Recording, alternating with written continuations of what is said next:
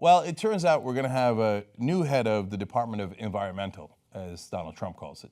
It's actually, of course, the Environmental Protection Agency, but he didn't bother investigating that when he was running for president. So, like the corrupt politicians he criticized on the campaign trail, when he got elected to office, Donald Trump decided, let's fill the swamp. Let me go ahead and go to my donors and say, hey, who do you guys want? All the people who donate to me that are in the oil and fossil fuel industry, who's your dream candidate? It's not Sarah Palin. For the EPA, it's Scott Pruitt. Now, who is Scott Pruitt and why is he the dream candidate for the fossil fuel companies? Well, he is the Attorney General of Oklahoma, and they are one of the largest oil producing and manufacturing states. They've got a lot of distribution centers as well. So let's go to the Washington Post to give you a background on him. Pruitt has spent much of his energy as Attorney General fighting the very agency he's been nominated to lead. Great. Their aim is destruction. So you got cops on the street to make sure there are no robbers, take those cops off the street. You got regulations to protect consumers, take those regulations away, make sure the consumers are not protected. Empower the robbers and the robber barons. So let's give you more background. Pruitt, who has written that the debate on climate change is, quote, far from settled. Only 97% of the world's scientists agree. That seems very unsettled, yes. Joined a coalition of state attorneys generals in suing the agency's Clean Power Plan. The principal Obama-era policy aimed at reducing U.S. greenhouse gas emissions from the electricity sector. He has also sued with fellow state attorneys general over the EPA's recently announced regulations seeking to curtail the emissions of methane, a powerful greenhouse gas, from the oil and gas sector. So, in case you're a little amazed by that and think, no, that can't really be true. No, it's true. They nominated the guy who sued the EPA to be the head of the EPA. He sued them several times to say, don't do any regulations, don't do any of this stuff where you're trying to clean the environment. It's the Environmental Protection Agency. I don't want any of that protection, I don't want any of that agency, and I don't care about the environment. They're like, perfect, you're our guy. So who's funding him? We'll get to that in a second. He is described as the leading opponent of the EPA's efforts to curb carbon emissions by regulating power plants. Wonderful. Rhea Su, who's the Natural Resources Defense Council president, says, over the past 5 years, Pruitt has used his position as Oklahoma's top prosecutor to sue the EPA in a series of attempts to deny Americans the benefits of reducing mercury, arsenic, and other toxins from the air we breathe, cutting smog that can cause asthma attacks, and protecting our wetlands and streams.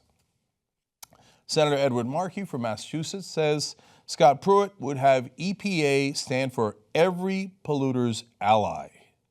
Now, we're not done yet. Let's give you more background, including the people who are backing him and the people that he relies on, apparently, to write legislation for him and to push policy ideas for him. So, in 2014, the New York Times reported that a letter ostensibly written by Pruitt alleging that the agency overestimated air pollution from natural gas drilling was actually written by lawyers for Devon Energy, one of the state's largest oil and gas companies. You see, this is who these guys are. Scott Pruitt has no mind of his own. He's an errand boy. So Devon Energy writes the policy for him. They hand it to him. He goes, okay, yes, sir, absolutely, sir. Thank you, sir. Can I have another donation, sir? Yes, sir. I will now hand this in. Oh, the EPA. I hate the EPA. Oil companies are so right. Who needs to protect the environment? Let's get more arsenic. Let's get more toxins. Let's get more carbon emissions. And then Trump goes, hey, I'd like to fill the swamp. You got any swamp monsters? Pruitt, perfect. Come on in. You have the same donors as I do. More from the Washington Post now. An ally of the energy industry, Pruitt, along with Alabama Attorney General Luther Strange, came to the defense of ExxonMobil when it fell under investigation by attorneys general from more liberal states seeking information about whether the oil giant failed to disclose material information about climate change. So think about that for a second. The other attorneys general for the other states say, hey, let's investigate to see if ExxonMobil is hiding information because we have reason to believe that they are. That they actually know how terrible climate change is. They've done studies on it, but they don't want to reveal it because it would hurt their bottom line. Pruitt steps in to defend ExxonMobil. He doesn't work for ExxonMobil. He's supposed to be working for the people of Oklahoma. But in reality, he does. He works for Devon Energy, ExxonMobil, and all these people who are funding him and his fellow politicians on his side. So he steps in and goes, no. I don't want to know. I don't want to know what ExxonMobil knows about climate change. What happened, big guy? I thought you thought that it wasn't settled. Wouldn't you want to know what ExxonMobil found out about it? Presumably, ExxonMobil found out that, there is no climate change problem. Don't you want to know? Oh, you don't want to know, because you actually do know what the reality is. There is climate change. It is caused by man. Even ExxonMobil knows, but you step up to their defense. These are the guys that they are putting in charge. It's corruption defined. Pruitt has served as the head of the Republican Attorneys General Association group, a group that has relied heavily on the funds from ultra-conservative groups and the oil industry.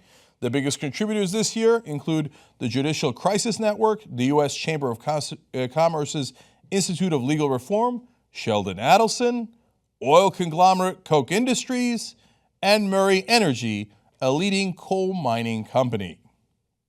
So, you have all of these oil and fossil fuel companies and rich Republican donors. They give to the Republican Governors Association and the Republican Attorneys General Association that Pruitt is in charge of. And then he takes that money and does exactly what they tell him to do. So now let's go to the industry spokespeople and see what they think of Pruitt and whether they're excited or not. Scott Siegel, who is from Bracewell Policy Group and represents the industry, said, given that we are almost 2 decades overdue for an overhaul of the Clean Air Act, there is interest on both sides of the aisle to look at that statute. You know what that means? Clean Air Act into thin air. They are so excited. They love the pick of Pruitt. And they're saying carbon emissions gone. Regulations on coal, oil gone. Climate change, don't care. Now we're coming for the Clean Air Act. America, unfortunately, this is what you empowered. We warned you, and here it is. And for those of you saying, give him a chance, who do you think Scott Pruitt works for? He doesn't work for you. He didn't work for you in Oklahoma. He's not going to work for you as the head of the EPA. He's going to eviscerate the EPA. So, yeah, I'll give him a chance. If all of a sudden he comes in and goes, oh, my God, I just realized that I'm a bribed official for oil companies. Well, I'm not doing that anymore. Let's actually protect the environment. Let's care about American citizens. Great, I'm in.